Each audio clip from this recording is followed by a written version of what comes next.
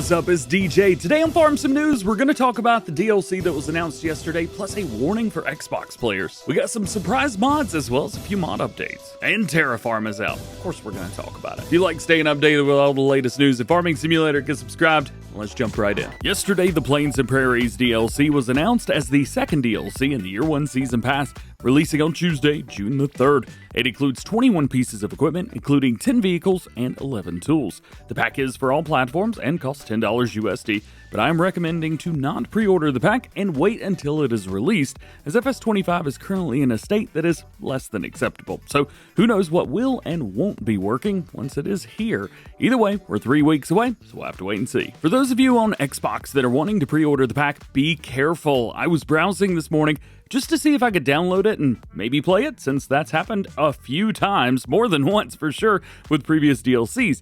But I noticed that Plains and Prairies was not listed as being part of the Year 1 Season Pass, again, at least on Xbox, and it was allowing me to actually purchase the pack, though I already own the Season Pass, so I shouldn't be able to do that. So please, be careful. If you own the Year 1 Season Pass, you do not need to pre-order this pack. You're going to get it included with it. I have reported this to Giants, however, they're out of the office until next week on their annual retreat, so it likely won't even be addressed until early next week. Speaking of, I wasn't expecting to see any mods releasing since most of QA is on said retreat. However, looks like somebody stayed behind and has been working. They dropped some mods today, which is awesome. 21 mods released, 20 of those were updates for all platforms and only one new one for PC players. I've already released a video on these, so make sure you check that out to stay updated with all the latest mods. Also, Custom Modding have said that their Val Metal pack is coming to Mod Hub tomorrow, May the 15th.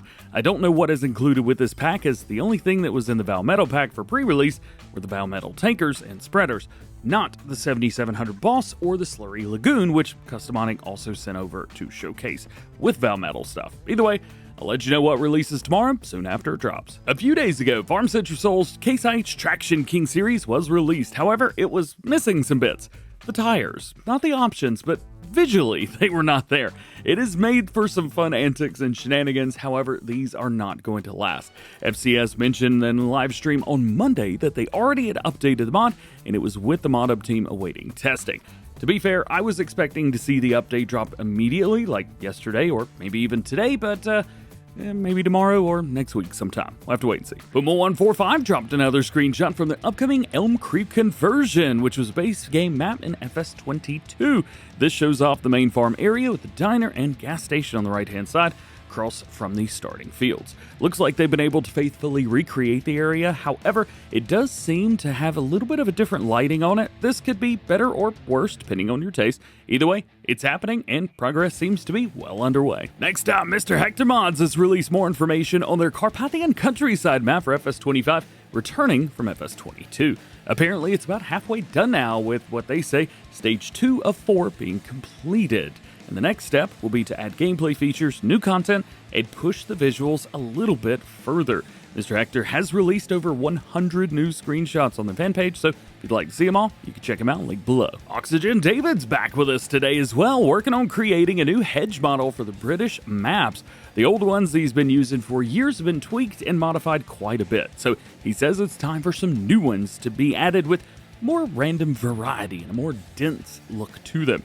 He's also looking to release these alongside the gates from Oakbridge as a standalone placeable pack on the mod hub, so they can be used on any map. That's pretty cool. Modding Welt's Unimogs are coming back. The U1200, 1400, and 1600 are heading back to the mod hub, along with a new version, the longer U1250, 1450, and 1650. As it stands right now, they would be for PC only. However, it is rumored that the third DLC this year will be a Mercedes DLC, which I think we can all agree would be best suited with a Unimog, or 2 or 3 or 10.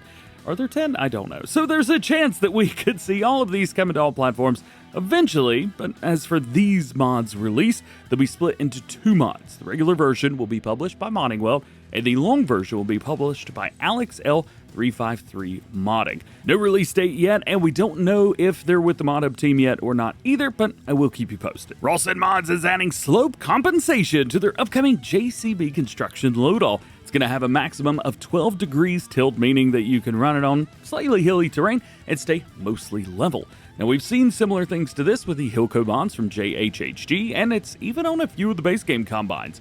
It's really nice, though, to see something similar being added to RossN Mods' Mods. Can't wait to see these in action. Moving on, Ahran Modding has started work on some IT runner mods, specifically the 2623, which is probably the one that you think about in your head when you're like, what is an IT runner? It's that one, isn't it? Shelby and Despo are aiding in the effort, and they've already started working on some of the attachments for it, including a low loader and a liquid tank, but I'm sure we're going to see quite a few more. Next up, Adub Modding looks to be finishing up a massive auto-loading shed, the large hay shed. It's got a capacity to hold 4,000 items, which is just absolutely insane. Now, I know we've got a few bigger sheds like this on the mod hub, but I don't think anything comes close to 4,000. Cool. What is the closest? Maybe 1,000 or 2,000? Something like that? This thing's nuts. It will be for all platforms, and if it's not already, should be submitted to the mod hub team soon. Next and last, Ikas FanModding's been working on a small pack, the Small Farm Starter Pack. It's going to include a house, small garage with a workshop, garage with a workbench, flag barn, shed with auto-loading, and a chicken coop. There may be more, but this is what we've got right now. Awesome little setup, and I think would fit perfectly on any of the American maps that we got right now. And lastly today, I don't normally talk about PC-only mods, especially ones that are not on the mod hub, but these mods are so big that I had to mention them. First up, we have TerraFarm. It is out now. This is the 0.9 beta and is the mod that allows you to shape your own land using the equipment of your choice. No more landscaping to worry about. There's a download link on the SCF Modding GitHub, but it is not only for the TerraFarm, but also for the machine add-ons. That's linked down below. There's also the Realistic Livestock mod, which is also out now from Arrow.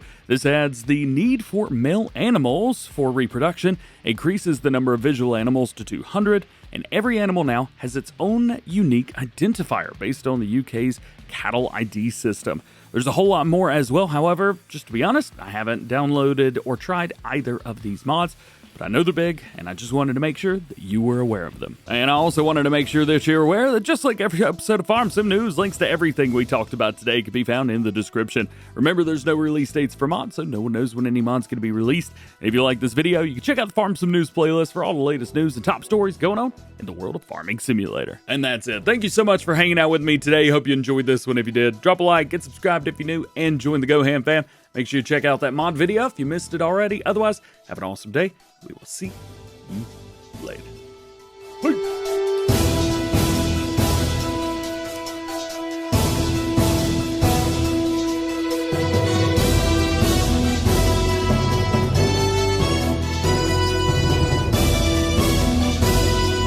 You know, I'm not much for third-party PC-only mods, but I think I'm gonna try these out. Those look pretty sweet.